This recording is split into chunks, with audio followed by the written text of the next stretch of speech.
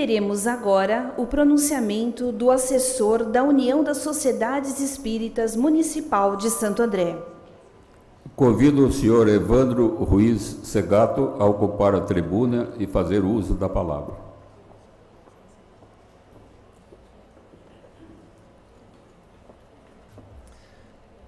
Boa noite a todos os presentes, autoridades. Primeiro eu gostaria de parabenizar essa casa e a USE, especialmente as pessoas da Catarina, Dona Ivone, Edson Sardano, pela oportunidade de nós estarmos aqui falando, homenageando esse grande homem que foi Allan Kardec, e muito mais do que uma homenagem, o mais importante é que nós estamos divulgando a sua codificação, o seu trabalho, que é o maior objetivo de todos nós, fazer com que esse conhecimento chegue ao maior número de pessoas. A obra de Kardec, a codificação, mudou, dividiu, vamos chamar assim, a história da humanidade em duas fases, não em datas, mas em oportunidade de conhecimento. A oportunidade de conhecimento antes de Kardec era uma. Após a codificação de Kardec, se transformou totalmente. Oportunidade de conhecimento que está à disposição para qualquer um de nós, a qualquer momento. Assim como aqueles que já conhecem a codificação, que estudam a doutrina dos espíritos, também em um certo momento da nossa vida, nós colocamos uma divisão. A divisão antes de conhecer a codificação e depois. Porque o maior objetivo do trabalho de Kardec, o maior objetivo da codificação é transformar o ser humano, transformá-lo numa pessoa melhor, renovar. Por isso essa linha que todos nós sentimos quando conhecemos a doutrina, ela não é tênue, ela é uma linha bem marcante na nossa vida.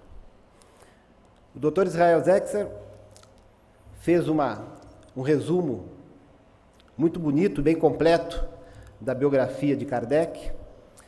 Acredito que muitos de vocês já conhecem essa biografia, e como nós temos muito pouco tempo, eu quero chamar a atenção para um outro ponto de Kardec, que foi muito importante na sua vida, e que veio antes do trabalho de codificação, que é o trabalho de Kardec como educador.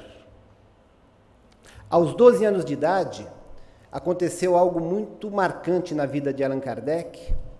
Ainda nem era Allan Kardec, usava o seu nome, Hippolyte Léon Denisard Rivail.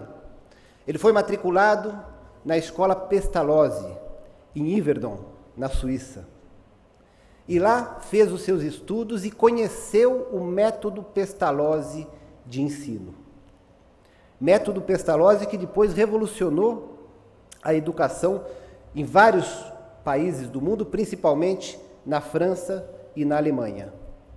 E na época não era ainda Kardec, mas o senhor Rivail, quando retornou para a França, levou esse método de ensino, que era o método Pestalozzi, criou uma escola com esse método, teve as suas dificuldades, como todos nós temos na nossa vida, faliu com seu negócio, teve problemas com sociedade, e escreveu um tratado, um livro, objetivando a reformulação do método de ensino na França. Essa reformulação escrita por Kardec há quase 200 anos é extremamente atual nos dias de hoje, estudado, e ainda estão tentando colocá-lo em prática nos ensinos. E quem dera isso um dia venha a ser realidade. Porque esse método Pestalozzi, entre todas os seus objetivos, ele tinha 3 características que eram principais. e veja se não são atuais. Uma delas é que tinha um dos objetivos principais era conseguir trazer as pessoas, as crianças marginalizadas, dando a oportunidade de estudo.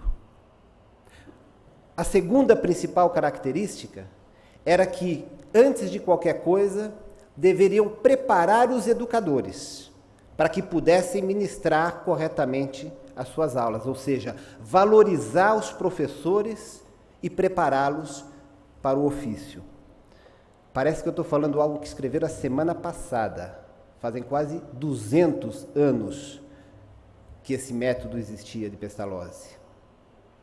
E uma terceira grande característica é que esse método Pestalozzi, ele não impunha o ensino, ele fazia com que as crianças pudessem absorver de uma forma intuitiva, através da oportunidade do dia a dia, da sua própria vida, buscar o aprendizado.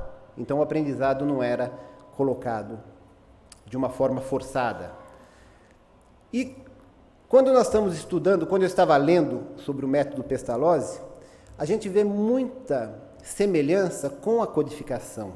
É claro que Kardec estava sendo preparado para o grande trabalho que ele teria pela frente. O método Pestalozzi fazia que, de uma forma intuitiva, através das experiências do dia a dia da criança, ela pudesse absorver o seu aprendizado. A codificação de Kardec, o Pentateuco, tem como objetivo que nós nos tornemos pessoas melhores através da experiência do nosso dia a dia, através das oportunidades que a vida nos proporciona diariamente, nós possamos refletir dentro da codificação, e que falar dentro da codificação nós podemos, é a mesma coisa que falar dentro do cristianismo, dentro dos ensinamentos de Jesus, refletir e nos modificar, nos tornando pessoas melhores a cada dia. Hoje, mais do que homenagear um grande homem, nós temos que aproveitar o espaço para alertar, para incentivar a todos que puderem, que tiverem vontade, a estudar o Pentateuco, quem ainda não faz, a se permitir uma experiência nova, a estudar algo que com certeza pode transformar a sua vida.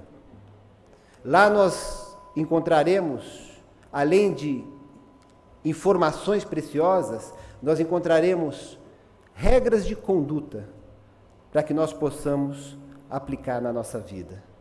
E nos transformando em pessoas melhores, obviamente, transformaremos as pessoas que estão em nossa volta em pessoas melhores, mais felizes, o nosso município num município melhor, o nosso planeta num planeta mais feliz.